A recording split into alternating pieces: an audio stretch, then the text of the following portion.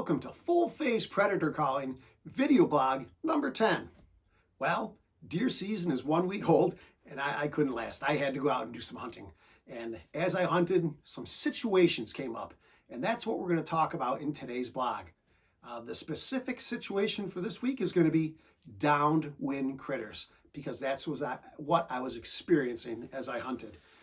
I think I have 3 hunts to show you.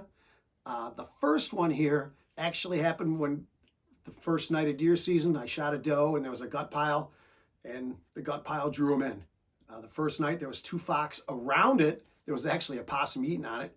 And then the second morning there was 2 coyotes on it. They didn't stick around long. But anyhow, the first hunt here, what's going to happen, the wind is out of the south, and as I approach, the fox is directly downwind.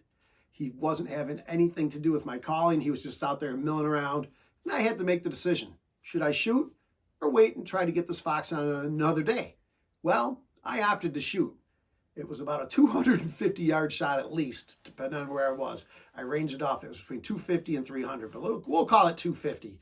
And you'll see what happens on the video. Check it out.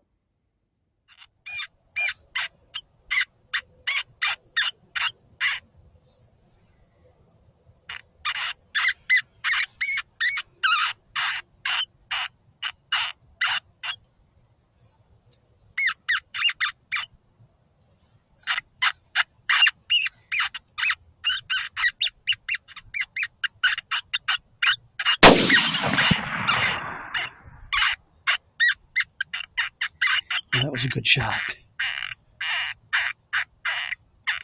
was way out there, and I wasn't going to shoot, but I figured I'd try it.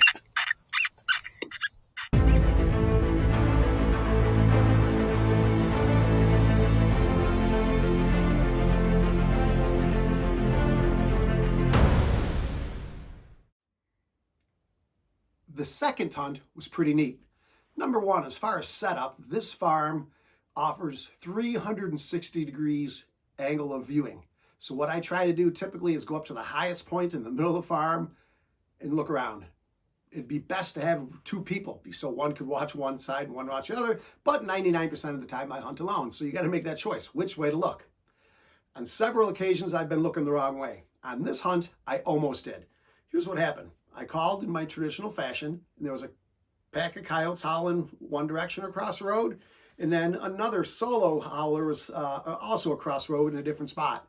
Oh, I wish I was over there, but I wasn't. So I let go of a lone howl and sat there in silence.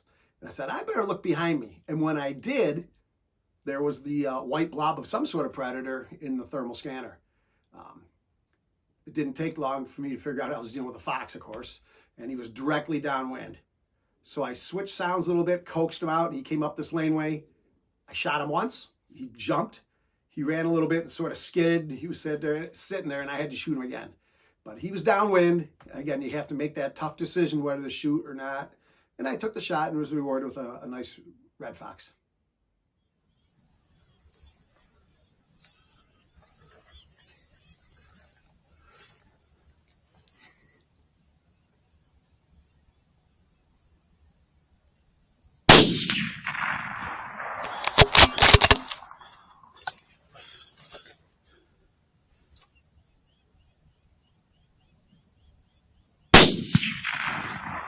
Down he goes. I hit him the first time, but the sag, I could see he was hurt.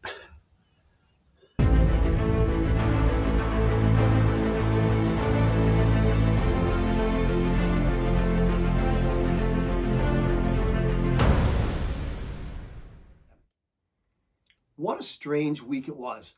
Everything seemed to be far away. On this third hunt, I was hunting a brand new farm. The corn has just been cut. I was all excited. Sat there where I had gone in the past. Actually sat in the shadow of a great big combine. Anyhow, sat there, called for less than a minute, detected a fox coming in off my right shoulder naturally. The gun's aiming this way, and he's over here. So I turned. Again, I was in the shade of that machine. It was pretty nice. And he held up. He was downwind once again, sitting there on his haunches. And I said, well, I think I can take the shot. I figured he's about 150 yards. You'll see on the tape I zoomed in on the picture-in-picture to 10, so it's basically a white blob, but I held right onto the neck, and I'll be darned if that's exactly where the bullet didn't go. You'll see the fur fly on this one if you look carefully. Check it out.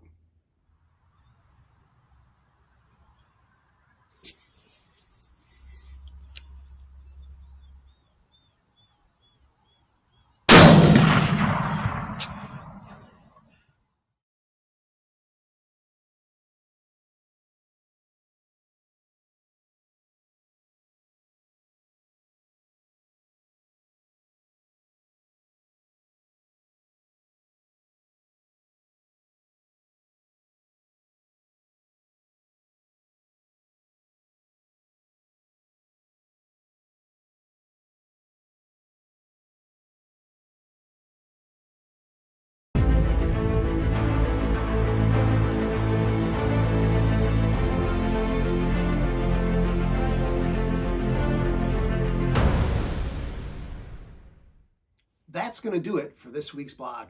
Remember, when those critters are downwind of you, decision time. Can you make the shot? If it's within range, you might better, because I'll tell you, these fox and coyotes live by their nose. If they smell you, they're probably not going to come in. Even the red fox that everybody says are dumb and easy to call in, I'm really working hard to get mine. So they live by their nose. They're not going to make that mistake. If it's a far, far shot, you're probably better off passing and trying for that critter on another night when the wind is more favorable. But anyhow, that's that. The next blog I'm sort of excited about. It's going to address how do you call when you first appear at a setup. There's two types of calling. I won't let the cat out of the bag. Check it out on our next blog. Have a great week.